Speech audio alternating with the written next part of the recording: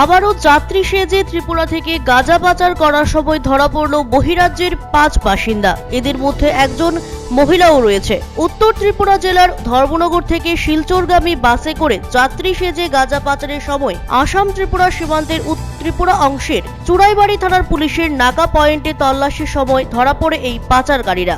ধৃতরা হলো অমরনাথ বয়স 35 বছর, বুলুকুমার রায় বয়স 39 বছর, সত্যরঞ্জন গিল বয়স 43 বছর, বুলু সিং বয়স 28 বছর এবং তার স্ত্রী শিবানী রায় বয়স 24 বছর। তাদের সকলের বাড়ি বিহারের বৈশালী জেলার রস্তমপুর গ্রামে। সব মিলিয়ে তাদের কাছ থেকে প্রায় 7.5 কেজি গাঁজা উদ্ধার করা হয়। এগুলির মূল্য প্রায় 1,05,000 টাকা বলে জানিয়েছে। ধৃতদের বিরুদ্ধে এনডিপিএস আইনে মামলা গ্রহণ করা হয়েছে চুড়াইবাড়ি থানার পুলিশ। বুধবার ধৃতদের জেলা আদালতে প্রেরণ করা হবে বলে কর্তব্যরত এক পুলিশ আধিকারিক জানিয়েছেন।